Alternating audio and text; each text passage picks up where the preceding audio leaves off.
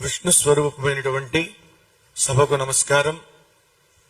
ఆలయంలో వేంచేసి ఉన్నటువంటి అర్చామూర్తులకు, వేదిక పైన ఉండి కార్యక్రమాన్ని దిగ్విజయంగా ముందుకు నడిపిస్తున్నటువంటి శ్రీకృష్ణ పరమాత్మకు, ఆంజనేయ స్వామికి, జరుగుతున్నటువంటి సుందరకాండ ప్రవచన జ్ఞాన యజ్ఞంలో ప్రతిరోజు అన్వయిస్తూ తాము తరిస్తూ నన్ను తరింపజేస్తున్నటువంటి తల్లులకు, పెద్దలకు, గురువులకు అందరకు ముందుగా 2 చేతులు జోడించి శిరస్సు ఉంచి నమస్కరిస్తూ, నిన్నటి రోజున సీతమ్మ తల్లి హనుమంతుణ్ణి చూసింది.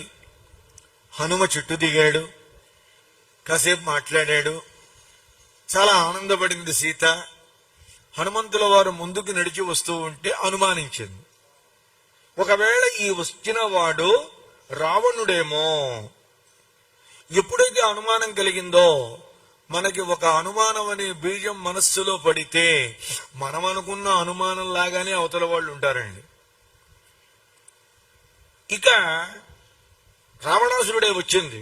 ఆనాడు సన్యాసి రూపంలో వచ్చాడు, ఈనాడు కపి రూపంలో వచ్చాడు. నీవు కపివి కాదు, రావణుడివి కాదమ్మా, నేను రామదూతని, హనుమని కాదు. ఏం చేయమంటావు చెప్పమ్మా అన్నాడు.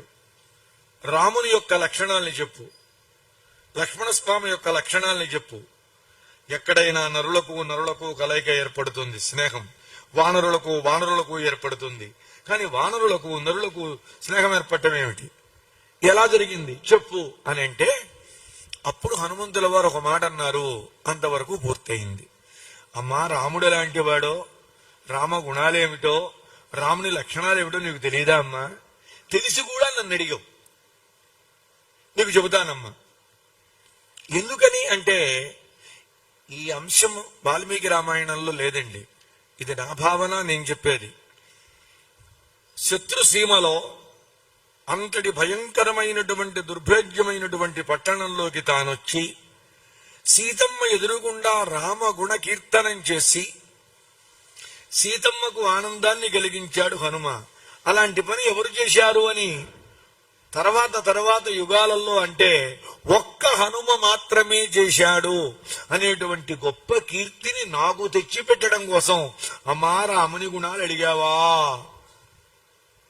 అని హనుమ అనుకుని ఉంటాడు అని నేను భావిస్తున్నాను. ఈయన మొదలు పెట్టాడండి. మొట్టమొదట రాముని యొక్క దివ్య నేత్ర సౌందర్యాన్ని వర్ణిస్తున్నాడు.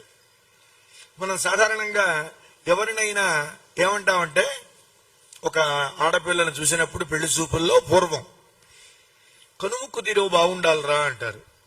ముందు కళ్ళు, తర్వాత ముక్కు, తర్వాత పళ్ళు, ఇంతవరకు. అవునా అండి? కను ముక్కు తీరువు బాగుండాలి. కళ్ళల్లో ఉంటుంది అసలు లక్షణం అంతా కూడా. కళ్ళని బట్టి చెప్పేయచ్చండి. కళ్ళని బట్టి, చూపుని బట్టి, ఆ కళ్ళల్లో ఉన్నటువంటి ధర్మాన్ని బట్టి చెప్పేయచ్చు. అసలు ముఖం చూడంగానే చెప్పేస్తారు కొంతమంది, వీడు ఇలాంటి వాడు.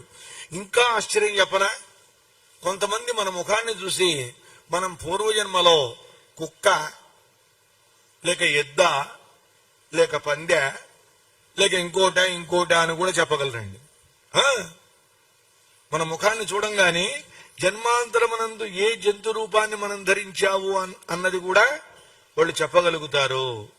అంతవరకు పర్వాలేదండి. ఇప్పుడు మనం ఏదో పూర్వజన్మలో కుక్క అన్నా నష్టం లేదు, నక్క అన్నా నష్టం లేదు. వచ్చే జన్మ ఇది అంటేనే చావు. సమస్య ఎక్కడ వస్తుంది? అందరికీ తెలుసు, అందరికీ వేదాంతం తెలుసు, అందరికీ పోయేవాళ్ళమే అని తెలుసు. కానీ ఎవడూ కూడా దాన్ని మనస్సులో పెట్టుకుని ఆచరణ మాత్రం చేయటం లేదండి. మనకు ఉన్నంతలో ధర్మాన్ని ఆచరిద్దాం. ఎంతమంది చేస్తున్నారండి? ఉన్నంతలో. నేను మొత్తం చేయమని చెప్పడంలో మనమేం రామచంద్రమూర్తి కాదు, ఆంజనేయ స్వామి అసలే కాదు. ఉన్నంతలో ధర్మాచరణం చెయ్యండి. నీకు చెప్పగలిగిన సామర్థ్యం ఉంది, చెప్పు. వినగలిగిన సామర్థ్యం ఉంది, విను. అవునా కాదా? ఇవి 2 నేను చాలాసార్లు చెప్పానండి. మనకి అవకాశం లేకపోతే తప్ప ఏమాత్రం అవకాశం ఉన్నా ప్రత్యక్షంగా వినండి. నా ఉపన్యాసమే కాదండి, నా ప్రవచనమే కాదండి, ఎవరిదైనా సరే ప్రత్యక్ష ప్రవచనంలో ఉన్న గొప్పతనం ఈ ప్రతిబింబ ప్రవచనంలో ఉండదు. ఖచ్చితంగా చెబుతున్నాను నేను. ఇది ఎలాంటిది అంటే సాక్షాత్తుగా తిరుమల శ్రీనివాసుడికి ఇతర వెంకటేశ్వర స్వామి ఆలయాల్లో ఉండే మూర్తులకి ఎంత తేడా ఉందో ప్రత్యక్ష ప్రవచనానికి ప్రతిబింబ ప్రవచనానికి అంత తేడా ఉంది. వీళ్ళు వెంకటేశ్వర స్వామి కాదని కాదు, కానీ ఆ మూర్తి ఆ మూర్తే, ఆ బింబం ఆ బింబమే, ఆ ఆకర్షణ ఆకర్షణే, ఆ అనుభూతి ఆ అనుభూతి.